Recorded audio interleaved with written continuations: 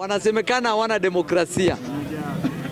Mheshimiwa Spika, ukiangalia sisi kama Kenya kwanza, sisi kama Kenya tumekuwa na kiherehere kupita kiasi. Tumekuwa na kiherehere ya sisi kuingilia boma za wenyewe bila kujua hiyo boma watu wako namna gani, Mr. Speaker.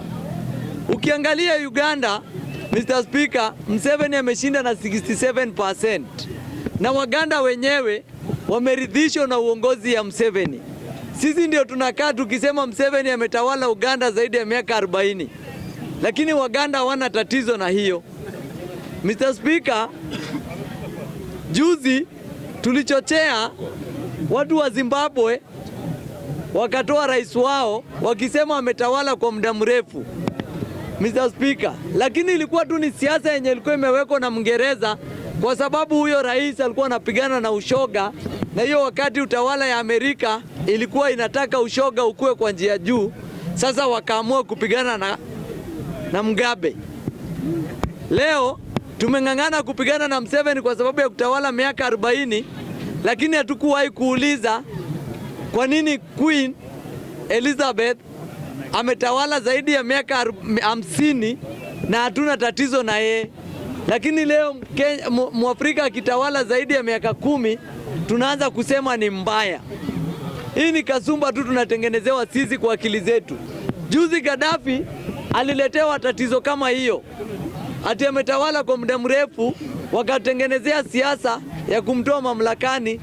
Leo watu wa nchi ya Gaddafi wameanza kuteseka na kulaumu kwa nini walimtoa yeye kwa uongozi. Tuachane na hiyo, turudi kwa siasa ya ODM. Hiyo ndio siasa yenye iko na ukali zaidi. Mr. Speaker, kuna vitu mbili kwa chama zinaongoza.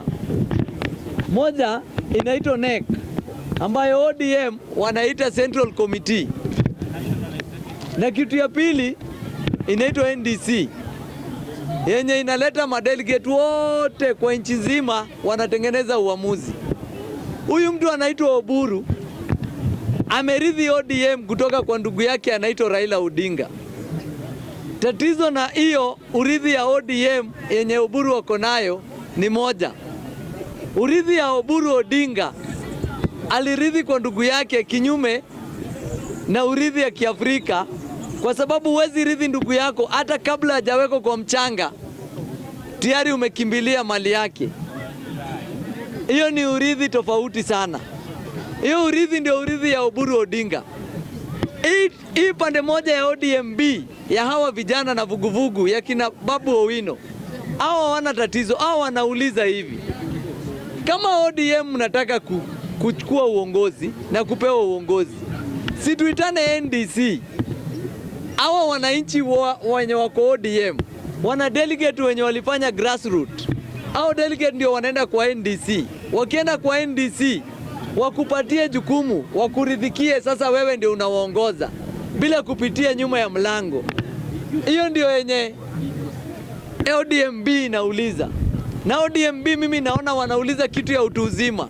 Wakati Sifuna na Babu Owino wanasema sisi tupewe tu nafasi, wananchi wapewe nafasi, wakuwe na uamuzi yao. Hiyo ndio uamuzi sawa, kuliko uamuzi yenye William Ruto amekuita hapo chemba, akakupea pesa, akakwambia sasa nataka uchukue hii ODM, halafu uilete iungane na UDA, halafu kesho akuite mpumbavu venye alifanya Nyeri.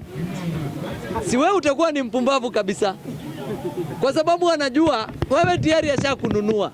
Wewe kazi yako tu ni kumfuata kama kondoo, na kondoo ndio inakuwa na upumbavu kwa sababu inafuata mtu mmoja. Leo akinunua mtu mmoja aseme Oburu nimekupatia pesa, leta ODM, hao wengine wako nyuma ni makondoo, ni mapumbavu, watanifuata. Hawana tatizo na hawana cha kuuliza. Hiyo ndio sababu sasa kina Babu wanasema sisi hatutaki tukue wapumbavu, tunataka tupe mtu mamlaka, na si lazima ikuwe mamlaka ya mtu mmoja. Hiyo DMC ya mtu mmoja, hiyo DM venye ilikuwa walikuwa wameiweka ni ya wananchi wa Kenya, hasa wananchi. Na policies za ODM zilikuwa za kutetea raia mwenye anapata dhulma, either ikuwe nimalizie. Sawa, acha nimalizie. Speaker, ODM imetengenezwa na nguzo tofauti. ODM imetengenezwa na nguzo za kutetea wananchi wenye wamepata dhulma za kihistoria, wenye wamepata dhulma tofauti, dhulma za kimsingi.